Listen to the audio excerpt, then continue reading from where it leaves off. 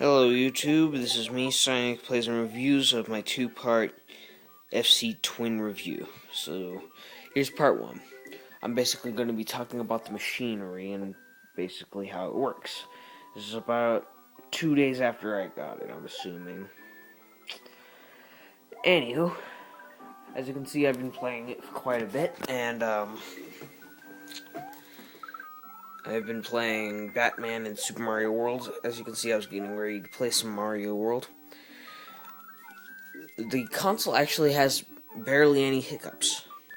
The reason why I say barely any is because of the fact that on the SNES portion, after you turn it off and about a minute after you turn it off and you try to turn it back on, just in case you want to play again, like if you forgot to save something, it'll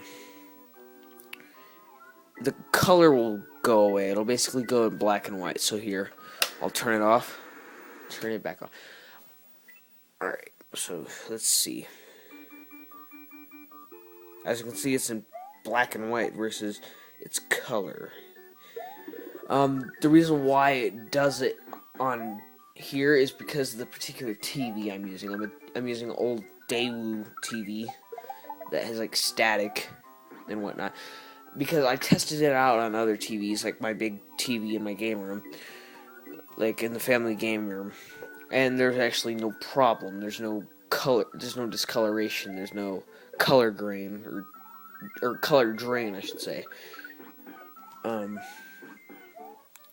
Other than that, it just basically is based on the TV that you're using. So if you use a TV that requires an antenna to watch channels, you're basically gonna run into a problem like this every once in a while. Anyway, let's move on to the NES portion of it. Alright, as you can see, I'm using Batman for my demonstration.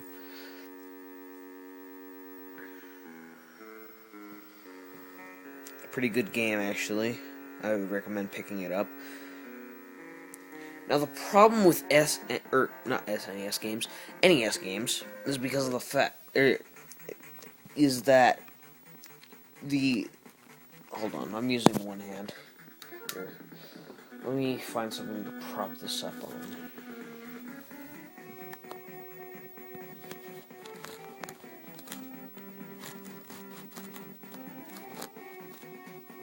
There we go.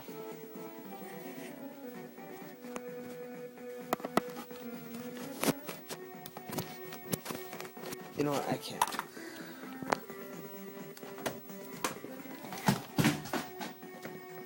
Oh, here we go.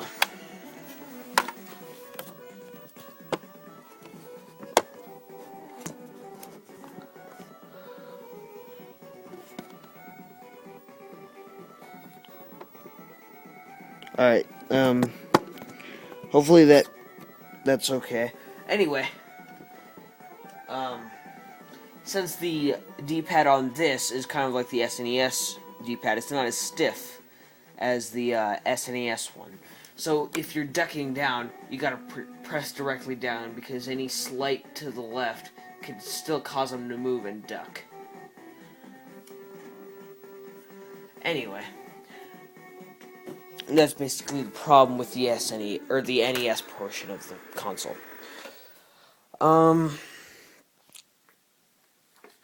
Other than that, those are the only problems with it. I haven't run into anything else. When you're using the SNES, it's obviously all the same controls as you would expect. The left button does the left button stuff. Right button, same thing with right only. The D-pad, up, down, left, right. Then the diagonal controls, basically that. Select, varies on the game. Start, pauses it most of the time. Y, B, X, A. Now on the NES portion of the console, this is B on the NES controller. This is A. And then this is Turbo B, and this is Turbo A. So this ends up being a combination of an NES Max controller, a SNES controller, and an NES controller.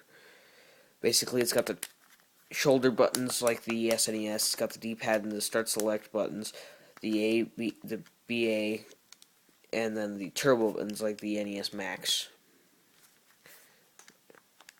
So basically, it's more comfortable than using a cycloid control like you had to use on an NES Max.